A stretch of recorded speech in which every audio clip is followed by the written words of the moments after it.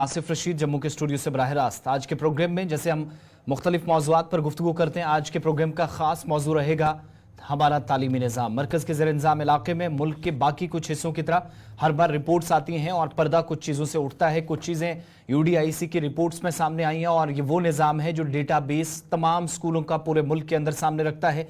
मुकम्मल तफसीलात थोड़ी देर में आपके सामने उस हवाले से रखेंगे।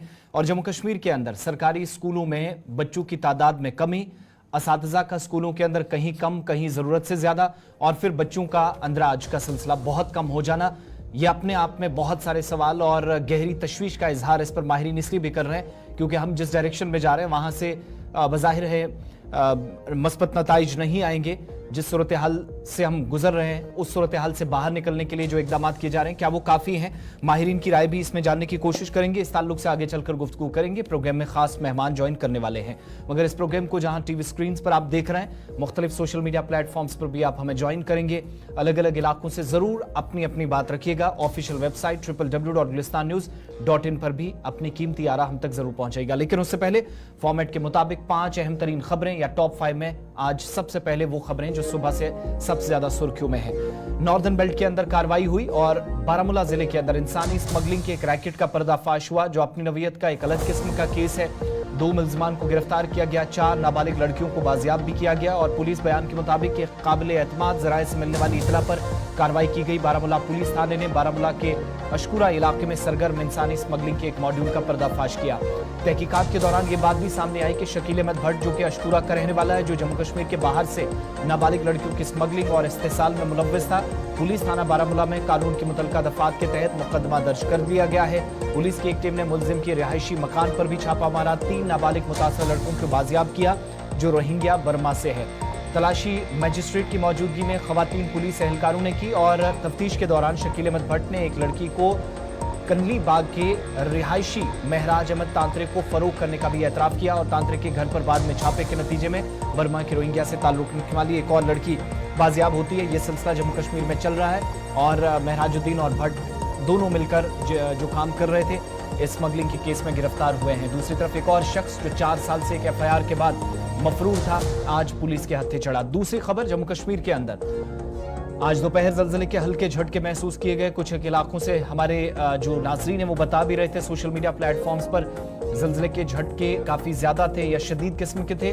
लोगों में खौफ और हरास का माहौल फैल गया और नेशनल सेंटर फॉर सेस्मोलॉजी यानी NCS ने बाज़ाब्ता तौर पर एक्स पर भी एक पोस्ट किया और कहा कि दोपहर 12:26 से 29 के दरमियान ज़लज़ले के हल्के झटके महसूस किए गए। ज़लज़ले की शिद्दत रिक्टर स्केल पर 4.1 बताई गई, जबकि ज़ेर ज़मीन 10 किलोमीटर बताया जाता है कि इसका मरकज़ था, लेकिन कहीं से कोई नुकसान की इतला नहीं मौसूल हुई। यह अच्छी खबर है। मुख्तलिफ इलाकों के अंदर डर, खौफ व हरास या तनाव ज़रूर देखा गया। कुछ वक्त के लिए ताजिर या कारोबारी इदारों से बाहर निकलने वाले लोग भी खौफ व हरास में नजर आए। लोग घरों से बाहर निकले मगर कहीं से भी किसी नुकसान की इतला मौसूल नहीं हुई। तीसरी खबर, जम्मू सूबे के अंदर झुलसाने वाली गर्मियों के बीच महकमा मौसमियात ने 20 जुलाई तक कहीं कहीं बारिशों की पेशनगोई वादी कश्मीर में भी की है और जम्मू के अंदर आज सुबह से बेशतर हिस्सों में मूसलाधार बारिश हुई, तेज हवाएं चली और कई इलाकों में धूल और मिट्टी भी उड़ते हुए दिखी गई। यानी मुकम्मल तौर पर जम्मू कश्मीर के अंदर बिलखुसूस जम्मू सूबे में नॉर्दर्न बेल्ट के इस हिस्से में हरियाणा और पंजाब की तरह मानसून दस्तक दे चुका है। 13 से 15 जुलाई तक भी कुछ मकामात पर बारिशों के मुख्तसर मरहले का इम्कान है। 17 जुलाई को भी गरज चमक के साथ कहीं कहीं मुख्तसर बारिशें हो सकती हैं, जबकि 18 से 20 जुलाई तक कुछ एक मकामात पर बारिशों के मुख्तसर मरहले को खारिज इम्कान करार नहीं दिया जा सकता। और अपनी एडवाइजरी में महकमे ने कहा कि 12 जुलाई यानी आज जम्मू सूबे के खतरनाक कुछ एक मकामात पर खतरनाक सूरत हाल बन सकती है। सैलाबी रेलें, जमीन के खिसकने, चट्टाने गिराने के भी इम्कान जाहिर किए गए। ये सारी सूरत हाल हमने देखी। बहुत सारे एरियाज में सुबह से मौसम तब्दील हुआ, लेकिन इस दौरान सियासत भी इस ठंडे मौसम में गर्म नजर आई। सीनियर सियासी रहनुमा मोहम्मद खुर्शीद आलम ने आज पीपल्स कॉन्फ्रेंस को खैराबाद कह दिया और कहा कि मेरे लोगों के मैंडेट को पूरा नहीं किया जाएगा, इसलिए मैं इस पार्टी से अलग होता हूं। माइक्रो ब्लॉगिंग साइट एक्स पर भी उन्होंने बात की। बाद में गुलिस्तान न्यूज के साथ बात करते हुए तस्दीक की, पीपल्स कॉन्फ्रेंस के प्यारे दोस्त और साथियों, इस पार्टी का हिस्सा बनना एक नाकाबिले यकीन तजर्बा। खुर्शीद आलम के मुताबिक था साबिक ट्रेड लीडर है, ताहम वक्त और हालात का तकाजा उनके मुताबिक ऐसा है कि मैं अपने अवाम के नुमाइंदे के तौर पर उफ़क़ से परे देखता हूँ और इन खदशात को दूर करूं इस ईमान का एहतराम करते हुए जो उन्होंने शुरू से ही मुझ पर जाहिर किया। तो आज पीपल्स कॉन्फ्रेंस के इस लीडर ने अब आगे का सफर क्या होगा इसके बारे में तस्दीक तो नहीं की, मगर ये जरूर बताया कि अब वो पीपल्स कॉन्फ्रेंस का हिस्सा नहीं है, जिसकी मायूस कुन कारकर्दगी बिलखुसूस शुमाली बेल्ट के अंदर रही है, खास तौर से लोकसभा इंतखाबात में। पांचवीं और आखिरी खबर टॉप 5 में सुप्रीम कोर्ट के हवाले से शराब घोटाले मामले में दिल्ली के वज़ीर आला अरविंद केजरीवाल को आज राहत जरूर मिली। सुप्रीम कोर्ट ने दिल्ली एक्साइज पॉलिसी से मुतल्लिक मनी लॉन्ड्रिंग मामले में अरविंद केजरीवाल को अबूरी जमानत दे दी और सुप्रीम कोर्ट ने यह मामला 3 जजों की बेंच को भेज दिया है। केजरीवाल ने ईडी की गिरफ्तारी को चैलेंज किया था और सीबीआई की केस के तहत वो फिलहाल गिरफ्तार ही है। अरविंद केजरीवाल को मनी लॉन्ड्रिंग केस में 21 मार्च को गिरफ्तार किया गया था, बीच में वो बाहर भी आए और बाद में उनको 2 जून से पहले हमने देखा जब इंतखाबी नताइज आ रहे थे वापस तिहाड़ जेल भेज दिया गया था। जस्टिस संजीव खन्ना की सदारत वाली बेंच ने यह फैसला आज दिया और बेंच ने 17 मई को अरविंद केजरीवाल की अर्जी पर अपना फैसला महफूज रखा था। जस्टिस दीपांकर दत्त भी इसमें शामिल थे। 15 अप्रैल को सुप्रीम कोर्ट ने मनी लॉन्ड्रिंग केस में अरविंद केजरीवाल की गिरफ्तारी को चैलेंज करने वाली दरख्वास्त पर भी ईडी से जवाब तलब किया था। एक्साइज पॉलिसी से मुतल्लिक मनी लॉन्ड्रिंग केस में गिरफ्तारी को चैलेंज करने वाली इस दरख्वास्त पर अरविंद केजरीवाल को अबूरी जमानत देते हुए कहा गया कि मामला बड़ी बेंच को सौंपा गया है। ये बड़ा संगे मील है, खास तौर से आज आम आदमी पार्टी मान रही जो कहती है कि उनके साथ जबरदस्ती हुई है। पार्टी लीडरान को चुन चुनकर उन्हें जेल भेजा जा रहा था और उनमें से अरविंद केजरीवाल गए, लेकिन जो झूठ है वो आवाम के सामने आना चाहिए। इस बात पर आज काफी ज्यादा बजीद भी नजर आए और हुकूमत को हदफ तनकीद भी बनाया जा रहा था। तो ये वो 5 खबरें हैं जो फॉर्मेट के मुताबिक आपके हमने रखी हैं। फॉर्मेट के मुताबिक अब आगे बढ़ेंगे। इन 5 खबरों के बाद आज के मौजू की जानिब बढ़ेंगे और खास मेहमान भी प्रोग्राम में मेरे साथ ज्वाइन कर चुके हैं। खबर पिछले 3 दिन से हम जिस मामले को सबसे ज्यादा डिस्कस कर रहे हैं और आज बिलाखिर इस खबर का असर भी देखा गया।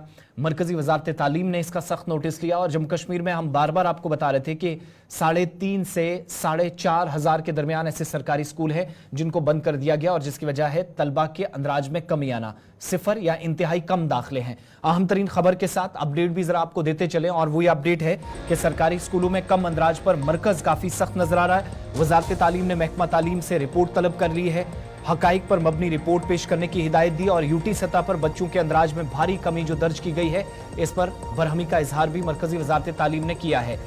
कुल मिलाकर यूनियन टेरिटरी में 23,117 सरकारी स्कूल थे जिनमें UDISC के आदादोशुमार से पता चलता है ये वो एक निज़ाम है जो पूरे मुल्क के अंदर सरकारी स्कूलों के आदादोशुमार पर नजर रखता है और उनकी कारकर्दगी भी रिपोर्ट कार्ड्स जो है वो भी आवाम के सामने लाता है। या तो इनको हज़फ किया गया, मर्ज किया गया, जम किया गया, या 4394 ऐसे स्कूल जो एक तरह से बंद हो गए। और जम्मू कश्मीर में मजमूई तौर पर सरकारी स्कूलों की तादाद जो वो कम हुई क्योंकि कुछ सरकारी स्कूल ऐसे थे जिनमें तलबा का दाखिला 0 या इंतहाई कम था। इन स्कूलों को करीबी स्कूलों में जम उस वक्त करना पड़ा जब जम्मू कश्मीर सरकार ने बाज़ाब्ता तौर पर अलग अलग जगहों पर एनरोलमेंट ड्राइव या तलाश नाम की एक मुहिम भी चलाई। इसके बावजूद भी बच्चे सरकारी स्कूलों में लाने की जो एक कोशिश थी वो नहीं हो सकी, कामयाब नजर नहीं आई। अगरचे 2023-24 में थोड़ा फर्क महसूस किया गया, मगर सरकारी आदादोशुमार से पता चलता है कि सरकारी स्कूलों के प्राइमरी स्कूलों की कैटेगरी बुरी तरीके से मुतासिर हुई है और यूनियन टेरिटरी में मजमूई तौर पर सरकारी स्कूलों की गिनती में तकरीबन 30% की कमी नजर आई है। वजह तस्वीरें कुछ पुरानी आपके सामने, लेकिन हाल यही है बेशतर हिस्सों में। सरकारी आदादोशुमार से यह भी पता चलता है कि मरकज के ज़ेर-ए-इंतज़ाम इलाके में कुल 12,977 सरकारी प्राइमरी स्कूल काम कर रहे थे, ताहम इंतजाम के बाद सिर्फ 8,966 प्राइमरी स्कूल काम कर रहे हैं। इस चीज का सख्ती से नोटिस लिया गया मिनिस्ट्री ऑफ एजुकेशन भारत सरकार की, जिसने अदराज में कमी पर वजह तलाश करने के लिए बाज़ाब्ता तौर पर हकाइक पर मबनी रिपोर्ट जम्मू कश्मीर इंतजामिया के महकमा तालीम से तलब कर ली है, जिसमें कम से कम हकाइक शायद अगर इतनी हिम्मत हुई कंसर्न अथॉरिटीज में तो वो दिल्ली के सामने रखी जा सकती है।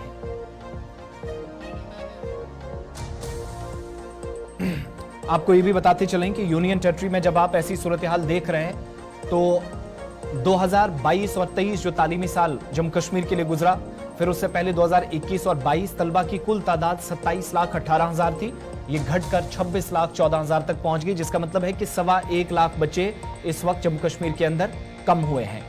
चौंका देने वाला इंकिशाफ जो है ये बात भी सामने आई है कि 2021 और 22 में 2021 और 22 से 2022-23 तक एक तालीमी सेशन में यूनियन टेरिटरी के स्कूलों में तलबा का अंदराज 27,18,000 से घटकर कम होने का मतलब है कि जो कैंपेन्स चलाई गई, जो मुहिम चली, उसके मस्बत नताइज हमारे सामने नहीं आए।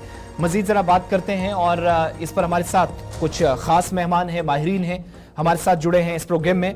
हमारे साथ सैयद रिजवान गिलानी साहब हैं, मारूफ सहाफ़ी हैं, तज्जियाकार हैं और तालीमी निज़ाम जम्मू कश्मीर के अंदर जो है इस पर मुसलसल इनकी निगाह रहती है। सैयद रिजवान गिलानी साहब, बहुत बहुत शुक्रिया और खुशामदीद आपको कहेंगे प्रोग्राम 5 के पंच में। हमारे साथ रशीद आजम इनकलाबी साहब हैं, साबिक स्पेशल सेक्रेटरी महकमा आला तालीम जम्मू कश्मीर के अंदर, तवील खिदमात इनकी रही हैं। इनकलाबी साहब, बहुत शुक्रिया वक्त देने के लिए और इस्तकबाल इस प्रोग्राम में आपका करते हैं।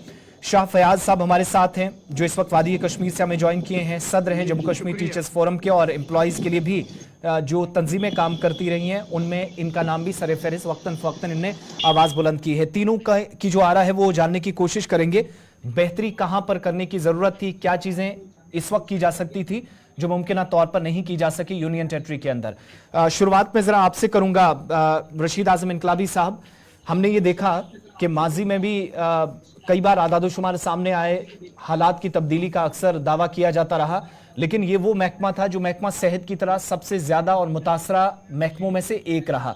दौरे हाजिर में भी हम मरकज के ज़ेर इंतज़ाम इलाके में हैं, रियासत बदली, चीफ मिनिस्टर्स बदलते चले गए, गवर्नर से लेफ्टिनेंट गवर्नर तक पूरा सिस्टम तब्दील होता नजर आया।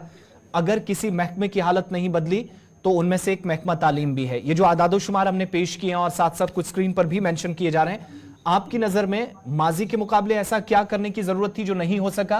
नतीजा ये कि न सिर्फ सरकारी स्कूलों को बच्चे छोड़कर निजी इदारों में जाना पसंद कर रहे हैं, वालिदैन पसंद कर रहे हैं, बल्कि सरकारी स्कूलों की तादाद भी 4,500 तक घटकर कम हो गई है।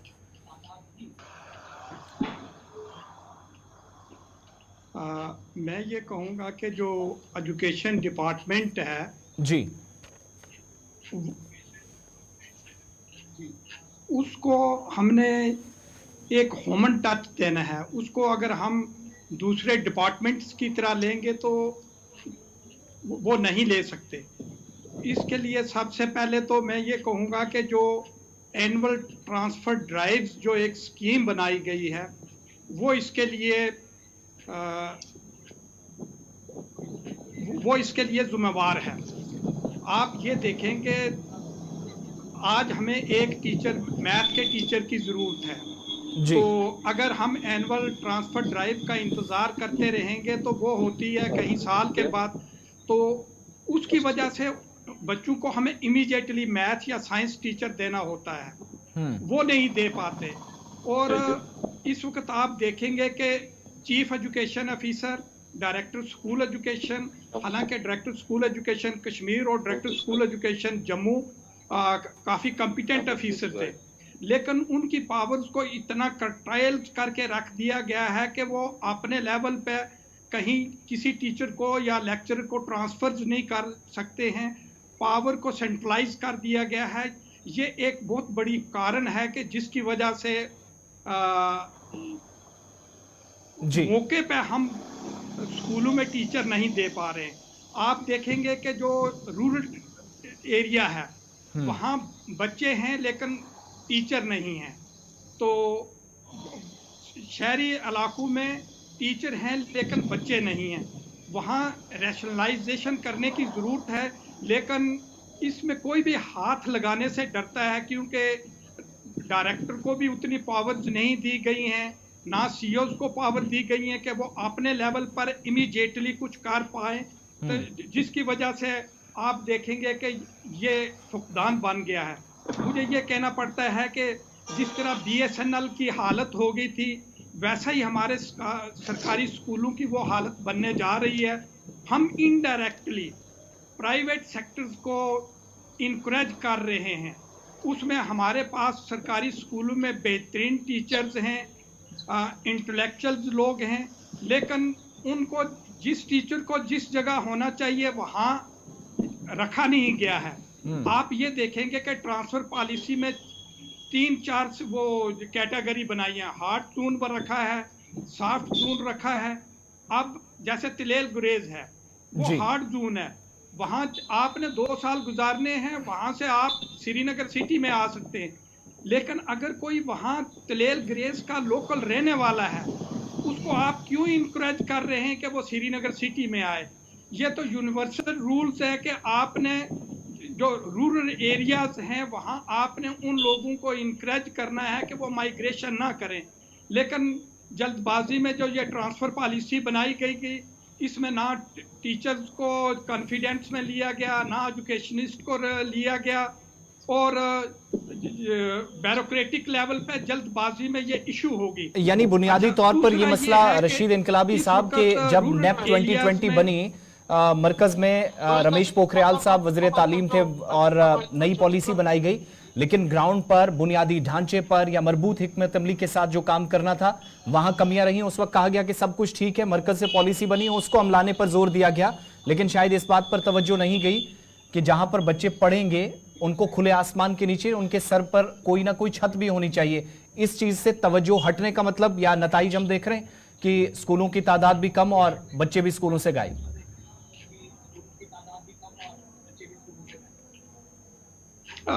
मैं तो ये कहूँगा कि ये एक दूरस नताइज इसके पड़ेंगे, इसके ऊपर हम सबको बैठ के सिर जोड़ के सोचना पड़ेगा, चाहे वो टीचर्स हैं, लेक्चरर्स हैं या सिविल सोसाइटीज़ के लोग हैं। जिस डगर पे हम चल रहे हैं, कुछ अरसे के बाद हमारे गवर्नमेंट टीचर्स को जो या लेक्चरर्स हैं उनको प्राइवेट स्कूलों में डिप्यूट किया जाएगा, कहेंगे कि जी गवर्नमेंट स्कूल में ये बच्चे कम हैं। आप ये बताएं कि जहाँ प्राइवेट गवर्नमेंट स्कूल्स में इंफ्रास्ट्रक्चर नहीं है, वहाँ टीचर नहीं है, सब्जेक्ट स्पेसिफिक टीचर्स नहीं है, मैथ का टीचर नहीं है, साइंस के टीचर नहीं हैं, उर्दू के नहीं हैं, हिंदी के नहीं हैं, वहाँ वालिदैन आज चाहते हैं कि उनके बच्चों को अच्छी से अच्छी तालीम मिले, लेकिन इनके ऊपर सोचेगा कौन? कमिश्नर सेक्रेटरी इतने ओवरबर्डन हैं, उनके पास 3-3, 4-4 डिपार्टमेंट हैं, और आप ये देखें कि एक सिंगल एडवाइज़र हैं जो वो पूरी स्टेट को चला रहे हैं, उनके ऊपर कितना बड़ा बर्डन है एजुकेशन के लिए। क्या उनके पास सोचने के लिए टाइम है? नहीं है। हो सकता है जहां 24 मंत्री स्टेट को चला रहे थे वहां एक एलजी, ठीक है इनकलाबी साहब, मैं दोबारा आपके पास लौटूंगा। मैं जरा बाकी पैनलिस्ट के पास भी जाऊं। सैयद रिजवान गिलानी साहब भी हमारे साथ हैं। गिलानी साहब, आप बहुत सारी चीजें आपने अपनी रिपोर्ट्स पर भी जो हकाइक पर मबनी है सामने लाई हैं। हमारी जो स्ट्रेटजीज हैं या एजुकेशन के तई हमारी पॉलिसी और संजीदगी है, वाकई में हम इतने फेल हो गए कि हम अपने नए तो दूर की बात पुराने स्कूलों को भी नहीं बचा सके। जी बहुत बहुत शुक्रिया मुझे यहाँ पे दावत देने के लिए। होप मेरी आवाज आप तक आ रही होगी। बिल्कुल आ रही है। तो जी अगर हम बात करें जो रिसेंटली ये जो रिपोर्ट जो सामने आए नंबर्स आए हैं कि पिछले एक साल में 1 लाख 1.25 लाख बच्चे कम हुए हैं गवर्नमेंट स्कूल्स में, जबकि ये नंबर तब कम हुआ है जबकि यहाँ से डायरेक्टरेट ऑफ स्कूल एजुकेशन या एजुकेशन डिपार्टमेंट कह रहे थे कि हमने एनरोलमेंट ड्राइव किया। हर साल वो कहते थे 1 लाख बच्चे का मतलब एक नंबर का इजाफा हो गया स्कूल्स में, डिफरेंट क्लासेस में, किंडरगार्टन से लेके हाई स्कूल तक जी। लेकिन ये जो फिगर्स मैंने ही अपनी स्टोरी में कोट किए, मैंने कहीं से नहीं लाए, ये मिनिस्ट्री ऑफ एजुकेशन की ऐसे ऑफिशियल फिगर्स है और स्कूल एजुकेशन डिपार्टमेंट को कहा गया है कि एक वैलिड रीजन बता दीजिए कि क्यों ये डिक्लाइन हो रहा है। कि अगर आप वो एनरोलमेंट ड्राइव्स में क्लेम कर रहे थे 1-1 लाख बच्चा, इस नंबर इंक्रीज हो रहा है, तो डिक्लाइन क्यों हो गया? अब जी मैं ऐड करूंगा जो अभी इनकलाबी साहब हो, वैसे इनके सामने बात करना तो वैसा इनका बहुत एक्सपीरियंस रहा है डिपार्टमेंट में, लेकिन जो मेरा एक्सपीरियंस कहता है रिपोर्टिंग के लिहाज से कि आप देखिए जो एनरोलमेंट ड्राइव रहा, चाहे वो नवंबर में रहा या कभी मार्च में रहा, अब आज जुलाई देखिए स्कूल्स में किताबें नहीं है, तो कौन से वालिदैन चाहेंगे ऐसे स्कूल में अपने बच्चे को रखें जहाँ पे अभी तक जुलाई मंथ तक भी किताबें नहीं आए हैं, या जहाँ पे बैठने के लिए एक बेंच नहीं है, डेस्क नहीं है, जहाँ पे एक क्लास में 2 से ज्यादा क्लास के बच्चे ये क्लास अटेंड करते हैं, मतलब एक रूम में मोर देन 2 क्लासेस के बच्चे अकोमोडेट होते हैं क्योंकि वहाँ पे इंफ्रास्ट्रक्चर नहीं है। तो वो जो एनरोलमेंट ड्राइव है उसकी फूक यहीं पे निकल जाती है, क्योंकि फिर बच्चे आहिस्ता आहिस्ता वापस आना शुरू करते हैं, क्योंकि जब वो रजिस्टर होते हैं गवर्नमेंट स्कूल्स में एनरोलमेंट ड्राइव के टाइम पे, उनसे जहाँ वो पढ़ते थे प्राइवेट स्कूल्स में, उनसे वहाँ की डिस्चार्ज सर्टिफिकेट भी नहीं ली जाती है कि पहले उस पुराने स्कूल से डिस्चार्ज सर्टिफिकेट लें और फिर हम अपने गवर्नमेंट स्कूल में वो उनका दाखिला कराएं। लेकिन नहीं, उनका दाखिला ऐसे होता है, उनको वहाँ पे एक चॉकलेट टॉफी दी जाती है नवंबर दिसंबर में या कभी मार्च में, फिर लेकिन अप्रैल में जून तक जब किताबें नहीं पहुंची तो हम समझ सकते हैं कि बच्चा या उनके वालिदैन तो मुतमईन नहीं होंगे ऐसी जो क्वालिटी है ऑफ एजुकेशन इन गवर्नमेंट। अच्छा रिजवान साहब, ये आप चूंकि कंसर्न्ड अथॉरिटीज के कांस्टेंट टच में भी रहते हैं, जब भी आप रिपोर्ट फाइल करते हैं दोनों तरह की से बात रखनी पड़ती है। कंसर्न लोग बड़े गैर संजीदा नजर आते हैं। मैं अपना ही एक्सपीरियंस शेयर करूं तो 50 मरतबा इन रिपोर्ट्स पर हमने जम्मू कश्मीर सरकार से या महकमा तालीम के जिम्मेदारान डायरेक्टर से जवाब लेने की कोशिश की, लेकिन शायद जितनी गैर संजीदगी इस मामले पर, और दूसरी तरफ मीडिया में जाकर एक बात कर देना कि हम कार्रवाई कर रहे हैं, कहीं पर जरूरत पड़े एफआईआर भी लगाते हैं, कहीं पर बहुत सख्ती बरती जाती है, और कुछ चीजें फी फिक्सेशन कमेटी पर छोड़ दी गई थी। खैर वो तो मामला दूसरा था, लेकिन बात जब सरकारी स्कूलों पर आई, क्या ये चीजें नजर नहीं आ रही हैं हायर अथॉरिटीज को? कांस्टेंट आप राब्ते में रहते हैं, क्या जवाब क्या है उनका इस पर? जी देखिए, आज की जो गवर्नमेंट है वो मतलब गवर्नमेंट के जो डिपार्टमेंट है, जो वहाँ पे आला अफसरान है, उनको लगता है कि हम चुप बैठेंगे तो सब कुछ सही है। उनको लगता है कि उनके चुप रहने से डिपार्टमेंट में सब कुछ सही चल रहा है, बट जबकि वैसा कुछ है नहीं। बहुत सारी खामियां हैं, इंफ्रास्ट्रक्चरल इश्यूज है और एनरोलमेंट का इशू है, जो वो मार्च या नवंबर में दिखाते हैं वैसा कुछ होता नहीं है। तो हम चाहेंगे यही कि गवर्नमेंट जो है वो इन चीज़ों की तरफ नजरसानी करे कि क्यों एनरोलमेंट डिक्लाइन हो रही है।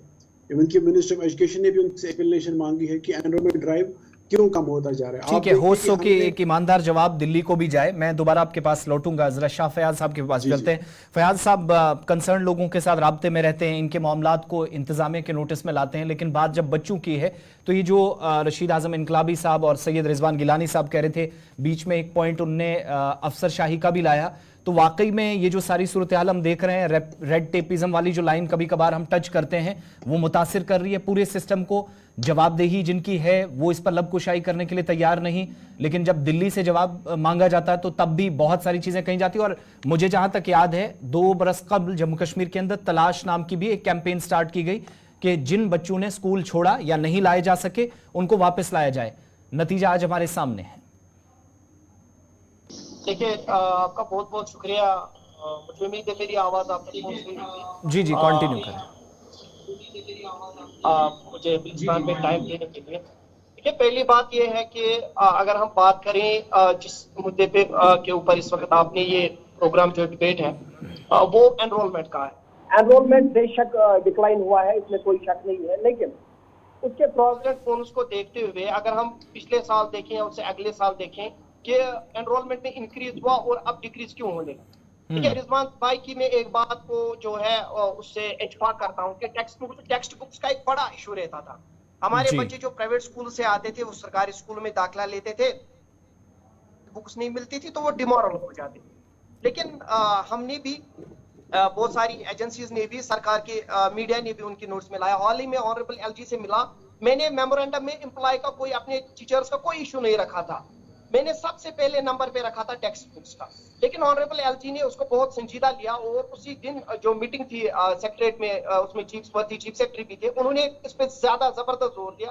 लेकिन आपको पता है कि जो चीजें, जो सिस्टम में कोई खामी होती है उसको मुझे नहीं लगता है कि एक रातों रात हम ठीक कर सकते हैं, लेकिन कोशिश जारी थी कि हमारी भी सब की। तो इसकी वजह से जो कुछ पेंडिंग टेक्स्ट बुक्स थी वो आई। हाँ, अभी भी है कहीं कहीं के खामी, मैं नहीं कहूंगा कि वो सारा रेक्टिफाई हो गया। ये एक वजह थी एनरोलमेंट की।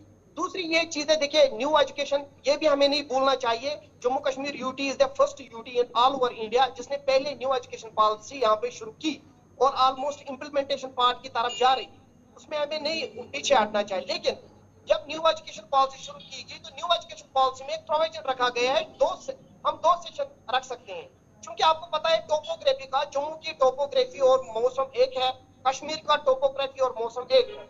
तो जो ये मार्च का सेशन कश्मीर में हुआ और जम्मू में जो ऑलरेडी था मार्च का सेशन, ये सही था कि हम अपने बच्चों का जो टाइम था, जो 12th। शाह फयाज साहब, ये जो आप पॉइंट बता रहे हैं ना, मैं इससे इसलिए थोड़ा सा मुख्तलिफ या अलग राय रखता हूं कि ये तो सेशन इस बार हमने शुरू किया, लेकिन साल 2021, 22, 23, 24 हम नहीं बल्कि मिनिस्ट्री ऑफ एजुकेशन के आदादोशुमार हैं वो सामने रख रहे हैं। ये जो सारी पॉलिसीज या जो रणनीतियां बनती हैं उसका नतीजा क्या है? At the end of the day एक वालिद, एक वालिदा, उनका बच्चा मयारी तालीम हासिल कर रहा है या नहीं? जवाब तो इस सवाल का तलाशना है। देखिए आपको मैं ये बताऊं, ऐसी बात नहीं है कि सरकारी स्कूलों में तालीम मयार की नहीं मिल रही। जापान में हमारी 3 बच्चों की टीमें सिलेक्ट हो गई जो जापान जिन्होंने विजिट किया, जब उन्होंने इनोवेशन पे काम किया और उन्होंने मॉडल बनाए। ऐसा नहीं है, हमारे बच्चों ने, हमारे सरकारी स्कूल के बच्चों ने, आप देखिए जब मैं पढ़ता था उन दिनों 39% रिजल्ट आता था 10th क्लास का, आज वही रिजल्ट 80% आता है। जब मैं 12th में पढ़ता था 27% रिजल्ट आता था, वही रिजल्ट आज 70 को टच करता है। ऐसी बात है, हम देखिए हर किसी के दो साइड, दो पहलू होते हैं। हाँ, मैं नहीं ये कहूंगा कि खामियां नहीं है, खामियां हैं, हमें दूर कर। आप देखिए गुजरात के प्रिंसिपल सेक्रेटरी पिछले 8 साल से लगातार एक महकमे को संभाल रहे हैं और उन्होंने वहां रिवोल्यूशन लाया है। यहाँ 1.5 साल 2 साल देते हैं प्रिंसिपल सेक्रेटरी साहब को, 8-10 महीने समझने में चले जाते हैं, फिर उसके बाद नए आते हैं, वो अपनी पॉलिसी बनाते हैं, फिर तीसरे आते हैं, चौथे आते हैं। अगर कम से कम एक एजुकेशन ऐसा वो सेक्टर है, मुझे लगता है यहाँ एक्सपेरिमेंट की जरूरत नहीं ज्यादा है, यहाँ पे ग्राउंड पे जाके खामियां तलाश करके उनको उनके बारे में पॉलिसी बनानी है। मगर शाह फयाज साहब, आपको लगता नहीं हम फेल हुए एक जगह पर कि हमारे नए स्कूल खोलने की बात छोड़ दीजिए, हम उस पॉइंट को टच ही नहीं कर रहे हैं। हमारे पास 4,500 के आसपास स्कूलों को जम करने की जरूरत क्यों पड़ी? मैक्सिमम इनमें से बंद हुए, अथॉरिटीज खुद इस बात का एतराफ कर रही हैं। इन स्कूलों को भी तो हम बचा सकते थे, यहाँ क्या करने की जरूरत थी? लेकिन एक्सपेरिमेंट्स का वो भी ऐसा लगता है कि इस सैलाब में वो जो गलतियां हुई थी वो भी सारा सिस्टम ही बहा कर लेकर चली गई। देखिए आपकी बात दुरुस्त है, लेकिन यहाँ पे एक मिस इंटरप्रिटेशन है कि आज रिपोर्ट आई कि ये एकदम आज स्कूल बंद हो गई। एक्चुअली मैं आपको ये बताऊं, आपके नोट्स में ये लाऊं, पिछले 6-7 साल से जहां पे 2 चीजें हो रही थी, कहीं पे एनरोलमेंट कम हो रहा था तो उस स्कूल को किसी दूसरे स्कूल के साथ स्टाफ को रेशनलाइज करके बच्चों को न दिक्कत आए, सामने वाले स्कूल के साथ मर्ज किया जाता था। एक बात। दूसरी बात, बहुत सारी जगहों पे स्कूल बिल्डिंग्स नहीं बन रही थी। जब सरकार ने सर्वे किया तो लैंड अवेलेबल नहीं थी, जो लोकल्स थे वो लैंड देने के लिए तैयार नहीं थे, ऑन कंपनसेशन भी तैयार नहीं थे, तो मजबूरन सरकार को भी दूसरी जगह उनको जो मर्ज करना पड़ा। यहाँ पे उस बात से मैं भागना नहीं चाहता कि हर जगह यही हुआ, कहीं कहीं पे कोताहियां भी रही, लेकिन at the end of the day मैं ये समझता हूँ कि जब पिछली सरकारों ने स्कूलों को खोला तो उस वक्त सर्वे प्रॉपर तरीके से नहीं हुई, जिसकी वजह से मान लीजिए आज से 10 साल पहले जो पेरेंट अब जिसके 4 बच्चे होते थे, आज तो 2 बच्चों से ज्यादा कोई रख नहीं पा रहा है, वो अफोर्ड नहीं कर पा रहा है, तो बच्चे आएंगे भी कहां से जनाब, ये भी हमें समझना पड़ेगा। चलिए मैं आपको जरा एक पॉइंट पे दुरुस्त कर दूं, उसके बाद मैं इनकलाबी साहब के पास जा रहा हूं। मैंने आदादोशुमार 4 बरसों के, ये सरकार के आदादोशुमार हैं, हमारे बिल्कुल भी नहीं, एक पॉइंट को भी टच किया। 2021-22 से 2022-23 तक तालीमी साल के दौरान अंदराज में एनरोलमेंट में 1 लाख से ज्यादा की कमी रिकॉर्ड की गई और बाद में महकमे ने 2023 और 24 में 15,617 15,617 स्टूडेंट्स जो वापस स्कूलों में आए, यानी इजाफा देखा गया और अंदराज बढ़कर 26,29,952 बच्चे यूनियन टेरिटरी के अंदर इस इंफॉर्मेशन के मुताबिक हुए। लेकिन यही आप तालीमी साल 2023-24 देखेंगे 22-23 के मुकाबले तो 61,451 बच्चे स्कूलों से वापस भी गए हैं। अगर हम ये कह रहे हैं कि सब कुछ हमने नई एजुकेशन पॉलिसी के मुताबिक चलाया, हमने सीजनल वाइज सारी चीजें एक साथ भी करने की कोशिश की, लेकिन इसके बावजूद भी इन आदादोशुमार से कम ये तस्दीक हो रही है कि हम अभी भी जो मकासद थे, जो अगराज़ो मकासद इस इकदाम के पीछे थे, वो हासिल नहीं कर सके। इनकलाबी साहब, वक्ती तौर करने की जरूरत क्या है कि सरकारी स्कूल जो पुराने थे कम से कम उन्हीं को ही बचाया जा सकता, नए खोलने की तो बात दूर है। मैक्सिमम एरिया से इस बार भी मेरे पास अभी भी ये डेटा अवेलेबल है, पीर पंचाल हो, चिनाब वैली हो, इस बार 10th और 12th के रिजल्ट्स आए, निस्फ दर्जन से ज्यादा स्कूल 60-60, 49-49, 32-32 बच्चे थे, एक भी पास नहीं हुआ। यह हाल हमारा स्कूलों का है। तो शायद तो अब फिर यहां मुझे लगता है अल्फाज भी कम पड़ रहे हैं। अब सवाल ही क्या पूछा जाए, कभी कभार वो भी समझ नहीं आता इन आदादोशुमार को देखकर। मैं ये कहूंगा कि एजुकेशन डिपार्टमेंट को आप रिमोट कंट्रोल से नहीं चला सकते। आप अपने ऑफिसर्स को इंटरेस्ट करें, एम्पावर करें सीईओज को, एम्पावर्स करें डायरेक्टर्स को, एम्पावर्स करें हेडमास्टर्स को, एम्पावर करें आरईटी टीचर्स को और कॉन्फिडेंस रखें हमारे स्टाफ पे। पीपल टीचर्स रेशो को मेंटेन करें। हर स्कूल में पेरेंट टीचर्स की मीटिंग रखें। वहाँ जो ग्राउंड लेवल पे जो ये लोग हैं उनकी मीटिंग रखें ताकि माँ बाप स्कूलों में आए, जाके देखें कि हमारे बच्चे क्या कर रहे हैं, तभी मुमकिन हो सकेगा। इस वक्त जो एजुकेशन डिपार्टमेंट है, जो मैं देखता हूँ, वो रिमोट कंट्रोल से चल रहा है, पावर सेंट्रलाइज की हुई है, और ऊपर जो कमिश्नर सेक्रेटरी हैं अच्छे हैं, लेकिन उनके पास बहुत सारे डिपार्टमेंट हैं। उनको इतना टाइम नहीं है कि एजुकेशन डिपार्टमेंट को भी देखेंगे, हायर एजुकेशन को भी देखेंगे, और एक दो डिपार्टमेंट और को भी देखेंगे। एजुकेशन का फुल फ्लेज सेक्रेटरी होना चाहिए, और पावर्स जो हैं डिसेंट्रलाइज करें, डायरेक्टर्स को, सीईओ को, जेडीओ को, तो तभी जाके मुमकिन हो सकेगा। आप ये देखेंगे कि प्राइवेट स्कूल्स जो हैं उनके ऊपर कोई चेक नहीं है। प्राइवेट स्कूल में आप देखेंगे वो अपनी मनमानियाँ करते हैं, और जो कोचिंग सेंटर्स हैं वो कैसे मैनेज कर लेते हैं 80% 90% रिजल्ट, उसको भी हमें देखने की ज़रूरत है कि जो हमारा बच्चा जहां हम 50% नंबर लेता है, वहां स्टाफ इतना लिटरेट नहीं है, वहां जाके वो मैनेज कर जाते हैं, लेकिन उनको चेक करने की ज़रूरत है। ये हमारे आने वाली नस्ल की के फ्यूचर का मसला है। इसमें हम सबको मिलके, चाहे वो एजुकेशन के टीचर हों, चाहे वो ऑफिसर्स हों, चाहे ब्यूरोक्रेट्स हों, चाहे सिविल सोसाइटीज़ के मेंबर हैं, हमें सर जोड़ के इन चीज़ों की तरफ अभी से ध्यान देना पड़ेगा। अदरवाइज ये हमारे आने वाली नस्ल है जो वो तबाह हो जाएगी। इस वक्त सबसे ज़्यादा जो वरेस्ट इफेक्टिव लोग हैं वो गांव के लोग हैं, जो दबे कुचले लोग हैं, जो प्राइवेट स्कूलों में अफर नहीं कर सकते कि वहाँ फीस दें, लेकिन उन प्राइवेट जो गांव के लोग हैं उनको अच्छे टीचर नहीं मिल रहे हैं, वहाँ से टीचर शिफ्ट किए गए हैं। जो ये नई ट्रांसफ़र पॉलिसी आई है, इसमें ऐसे बनाई गई है कि गांव से जो टीचर्स को क्यों इन्होंने शिफ्ट करके सिटी में लाने की कोशिश कर रहे हैं, इसको क्रिटिकली एनालाइज करना चाहिए और इसको दोबारा रिव्यू करना चाहिए। और मैं कहूँगा कि इमीडिएटली गवर्नमेंट को जितने भी दूर दराज के स्कूल्स हैं वहाँ आप इनको टीचर्स दे दें, चाहे वो कंट्रैक्चुअल दे दें, क्योंकि 2026 तक नई रिक्रूटमेंट है जो वो हम लोगों ने, गवर्नमेंट ने फ्रीज की हुई है। 2014 के बाद कोई भी रिक्रूटमेंट नहीं हुई है, तो उसके बाद कितनी रिटायरमेंट हुई हैं, कितने स्कूल खाली पड़े हैं, जहां टीचर्स की पोस्टें खाली हैं, मास्टर ग्रेड की टीचरें की पोस्टें खाली हैं, लेक्चरर्स की खाली हैं, जो प्रिंसिपल्स हैं वो पोस्टें खाली हैं। तो आप ये देखें कि कितने जॉइंट डायरेक्टर्स की पोस्टें खाली हैं। जॉइंट डायरेक्टर की पोस्ट से कोई फ़र्क नहीं पड़ता, लेकिन अगर एक टीचर किसी बच्चे को 6 महीने के लिए अगर नहीं मिलता है तो उसका फ्यूचर तबाह हो जाता है। इसलिए इमीडिएटली हमने रिव्यू करना चाहिए। और मैं ये कहूँगा कि नई रिक्रूट होने में तो बहुत वक्त लगेगा, लेकिन इमीडिएटली गवर्नमेंट को चाहिए कि वो कॉन्ट्रैक्चुअल बुनियाद पर टीचर्स भी दे, लेक्चरर्स भी दे, ताकि हमारे जो बच्चे हैं उनको अच्छे टीचर्स मिलें। और उनको मजबूर किया जा रहा है कि वो गवर्नमेंट स्कूल को छोड़ के प्राइवेट स्कूल्स में जाएं। अगर वहाँ किसी जगह मैथ का टीचर नहीं है तो वो मैथ के बच्चे कहाँ जाएंगे। बहुत सारी मिसालें हैं। वहाँ रजौरी में एक स्कूल है, 300 बच्चे हैं वहाँ, लेकिन 3 टीचर हैं। इसी तरह आप देखेंगे कि हमारा बॉर्डर बेल्ट है, वहाँ बच्चे हैं लेकिन टीचर नहीं है। सीईओ को जब कहते हैं, सीईओ कहता है मैं बेबस हूँ, मैं दे नहीं सकता। डायरेक्टर साहब को बहुत सारी हमने लेटर लिखे, आर्टिकल लिखे कि शॉर्टेज ऑफ स्टाफ है, वो कहते हैं एनुअल ड्राइव होगी तो फिर होगी।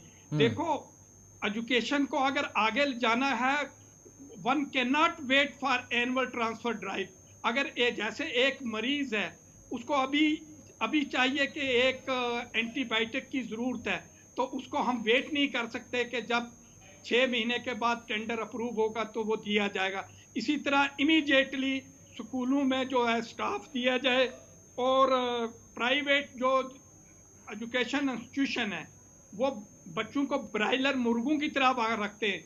वहां चेक करने की जरूरत है कि वो ऐसा ठीक है, मैं जरा रिजवान साहब के पास भी जाऊं। रिजवान गिलानी साहब, ये जो चेक एंड बैलेंस की जब बात हो रही है, तो क्या हम बच्चों के या वालिदैन की जहन में ये बात डाल सके हैं कि अब सरकारी स्कूलों में भी फैसिलिटीज, ठीक है रशीद साहब, ठीक है, मैंने आपकी बात सुनी। मैं जरा गिलानी साहब के पास भी जाऊं। सैयद रिजवान गिलानी साहब, लेकिन जहां बच्चे हैं वहां हम टीचर नहीं दे रहे हैं, तो इन चीजों की तरफ हमें सबको ध्यान देना पड़ेगा। ठीक है सैयद रिजवान गिलानी साहब, ये जो हम कह रहे हैं कि वालिदैन को ये बात ज़हननशीन करनी होगी कि चीजें सरकारी स्कूलों में बदली हैं, आप अपने बच्चों को यहीं रखिएगा, लेकिन एडमिनिस्ट्रेटिव पार्ट पर लगता है कि एक स्टेप जो शायद आगे होना चाहिए था, वहां पर एडमिनिस्ट्रेटिव पार्ट पर इंतजामिया पीछे चली गई। नतीजा ये कि पेरेंट्स के दिलो दिमाग में जो चीजें थी, जो बातें ज़हननशीन है, शक व शुबात हैं एजुकेशन सिस्टम को लेकर जब आप सरकारी स्कूलों की बात करते हैं, तो इसीलिए उन्होंने कहा कि हमें जरूरत क्या है, पैसा जब खर्च ही रहे हैं तो फिर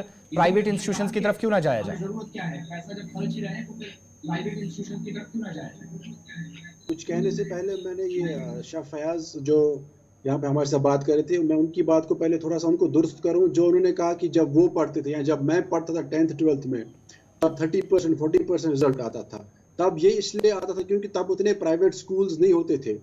और आज क्या होता है कि जो आज का दौर है, आज बच्चे 8th तक प्राइवेट स्कूल में पढ़ते हैं और वो शिफ्ट कर जाते हैं हाई स्कूल्स में, हायर सेकेंडरी स्कूल्स में 10th और 12th के लिए, और उस वजह से गवर्नमेंट स्कूल्स की जो है परसेंटेज बढ़ जाती है। और यहाँ से जो मशरूमिंग ग्रोथ हुई है कोचिंग सेंटर्स की, गवर्नमेंट स्कूल के बच्चे कोचिंग सेंटर जाते हैं डमी एडमिशन रख के। मैं यहाँ पे कह रहा हूँ डमी एडमिशन, हमारे पास सबूत भी है, बहुत सारे स्कूल्स में बच्चे एडमिशन हायर सेकेंडरीज में रखते हैं और कोचिंग करते हैं साल भर, और फिर इसीलिए रिजल्ट का जो परसेंटेज इंक्रीज हुआ over the past few years, इसलिए हुआ क्योंकि बच्चे आजकल शिफ्ट करते हैं। जिस दौर की बात शाह फयाज कर रहे हैं, तब उतने प्राइवेट स्कूल्स नहीं अवेलेबल होते थे, बच्चे सिर्फ गवर्नमेंट स्कूल्स में होते थे, और तभी फिर परसेंटेज भी कम होती थी। लेकिन आजकल ये शिफ्ट चलता है, फिर मिडिल एलिमेंट्री लेवल के बाद फिर वो शिफ्ट कर जाते हैं, पहली बात। और दूसरी बात मैं ये कहूँ कि जो आप कह रहे हैं, और वही वजह है जो मैंने रिजल्ट की बात की, परफॉर्मेंस की बात की, डिपार्टमेंट का जो फोकस है वो सिर्फ इंडियन बच्चों को गिनते हैं, 10th की परसेंटेज और 12th की परसेंटेज। अगर हम इस साल की रिजल्ट की बात करें, आपको खुद पता होगा 300 से ज्यादा गवर्नमेंट स्कूल ये प्राइवेट स्कूल्स टैग हो गए थे गवर्नमेंट स्कूल्स के साथ, और रिजल्ट जब आया वो प्राइवेट स्कूल्स के बच्चे पास हो गए, तो परसेंटेज किस स्कूल की बढ़ गई? ऑब्वियसली गवर्नमेंट स्कूल की। तो बट वो क्रेडिट गवर्नमेंट स्कूल को नहीं देंगे ना, हमें ये देखना है कि बच्चे किस स्कूल के थे। और गवर्नमेंट को भी सिर्फ वही बच्चे गिनने नहीं चाहिए, गवर्नमेंट का जो फोकस है वो फोकस जानना चाहिए प्राइमरी स्कूल्स पे और मिडिल स्कूल्स पे, क्योंकि that is the base of the department, foundation है वो डिपार्टमेंट की। उनमें एडुकेट टीचर्स होने चाहिए, एडुकेट इंफ्रास्ट्रक्चर होना चाहिए, और एडुकेट मतलब हर कोई फैसिलिटी होनी चाहिए, आईसीटी लैब्स होने चाहिए, कैल सेंटर्स होने चाहिए। लेकिन हमारी बदकिस्मती ये है कि डिपार्टमेंट की नजर या तो सिर्फ कोठी बाग स्कूल पे है जो डायरेक्टर के बगल में है, या तो अमीरा कदल हायर सेकेंडरी पे है, या तो हमारे टाउन में जो सीओ ऑफिस के सामने हायर सेकेंडरी 2 है, या ऐसे ही अनंतनाग या कुपवारा में जो आसपास के 2-4 स्कूल है उनकी बात उनसे वहां जाके फंक्शंस ऑर्गेनाइज करके हम देखते हैं ऑल इज वेल। लेकिन all is not well at primary and middle school level. आप देखिए आजकल बहुत सारे ऐसे प्राइमरी स्कूल्स हैं जिनको 1 या 2 टीचर चला रहे हैं, जबकि बच्चे 100-200 इन स्कूल्स में, और फोकस कभी रूरल स्कूल्स पे जाता ही नहीं है, जहां पे प्राइवेट स्कूल्स की बहुत कमी है, जहां पे बच्चे सिर्फ डिपेंडेंट हैं सिर्फ गवर्नमेंट स्कूल्स पे। वहां पे उसातिज़ा पोस्ट होने चाहिए स्कूल्स में, लेकिन वहां पे नहीं। जैसे कि अभी इनकलाबी साहब ने कहा कि गुरेज के टीचर्स, बाकी हमारे पास भी रिपोर्ट्स आते हैं सर्टिफिकेट्स के बुनियाद पे, या आरटी की जो लोकल लेवल पे रिक्रूटमेंट हुई गुरेज में या कहीं और बॉर्डर एरिया में रिक्रूट होके आज वो टाउन्स में सर्व कर रहे हैं, और गुरेज के स्कूल जो खाली हो रहे हैं। और आपने कहा कि अभी एनरोलमेंट कम हुई, हाँ ये हो गई। हमने ही सितंबर अक्टूबर में हमने रिपोर्ट किया था कि गवर्नमेंट ने जो मर्ज्ड स्कूल्स थे उनको ऑफिशियली क्लोज कर दिया गया है, क्योंकि तब तक वो मर्ज हुए थे, लेकिन जो इनका ऑनलाइन यूडाइज डाटा होता है वहां पे वो एग्जिस्ट करते हैं एज सेपरेट। बिल्कुल, बाद में वो फैसला हुआ। ठीक है, मैं जरा एक फाइनल कमेंट, वक्त चूंकि कम मेरे पास बचा है, एक शाह फयाज साहब से। शाह फयाज साहब, वाकई में ये जो मैन पावर वाला भी एक मसला है, कई मरतबा आप कहते हैं कि हमने इंतजामिया के नोटिस में ये चीजें लाई, फलां जगह पर टीचर्स कम हैं, बच्चे ज्यादा हैं या बच्चे कम हैं, वो जो रेशो बराबरी वाली हम बात करते हैं वो भी पूरे निजाम को मुतासिर कर रही है। नतीजा यह है कि बहुत सारे सरकारी स्कूल में ट्रांसफर्स आज भी होती हैं, ऐसा नहीं है, और एटीडी के तहत भी हमने देखा कि तब्दीलियां हुई, मगर एक जो वो डॉट लगा रहता है कि आप चुनिंदा अफराद को एक जगह से दूसरी जगह, और जिन लोगों को शहरों से या कस्बों से रूरल एरियाज में ले जाने की जरूरत थी वो नहीं हुआ, बल्कि उसका उलट हो गया। गांव से स्कूल से टीचर उठाए और शहरों या कस्बों में लाकर उनको तैनात कर दिया? देखिए, ऐसी बात नहीं है। हमने एक एटीडी का एक नोशन गलत किया है क्रिएट। ये बात सही है कि जब भी हम कोई पॉलिसी इंप्लीमेंट करते हैं एटीडी, वो 100% कामयाब नहीं रहती है। लेकिन एक चीज है, इसमें ऐसे टीचर होते हैं जिनकी बहुत सारी, जिन्होंने किसी जगह फार फ्लंग एरिया में 10 साल दिए होते हैं, उनका भी हक होता है नीचे आने का। या जो कोई टीचर नीचे है वो कहता है, जो टाउन में काम करता है, जब वो 20 साल रहेगा वहां, तो उस पर भी क्वेरी उठती है, जनाब अगर ये 20 साल काम करता है, इसको भी जनाब 5 साल दीजिए कहीं, और जिसने 20 साल फार फ्लंग एरिया में कीजिए। ये चॉइस बेस्ड होता है, ऐसा नहीं है। लेकिन हाँ, जब एक चीज हो गई, जब पिछली एटीडी हो गई जो सीओज ने की टीचर्स की ऑन ग्राउंड, उसमें एक चीज गड़बड़ी हो गई कि टीचर्स ने, सीओ ने उसमें आइडेंटिफिकेशन नहीं की, कौन टीचर सब्जेक्ट स्पेस के मैथमेटिक्स जानने वाला कौन है, साइंस जानने वाला कौन है, उर्दू जानने वाला। जब उन्होंने सीओ ने ट्रांसफर्स की टीचर्स की, तो इसमें पता ही नहीं चला कि स्कूल से हमने मैथ वाला उठाया, कि स्कूल में हमने साइंस वाला डाला, कहाँ पे उर्दू वाला उठा। तो उससे जो क्राइसिस पैदा हो गई, ये सही बात है। लेकिन उसको ठीक करने के लिए फिर डायरेक्टर साहब को, वर्दी सेक्रेटरी साहब को सामने आना पड़ा, तो कहीं पे रेशनलाइजेशन करनी पड़ी। इस चीज का जो सरकार के पास ये जो क्लास आए या लूप होल कहीं आए, वो आए हैं।